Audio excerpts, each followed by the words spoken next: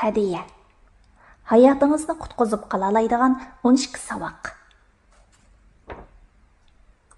Avtori doktor Edis Igir.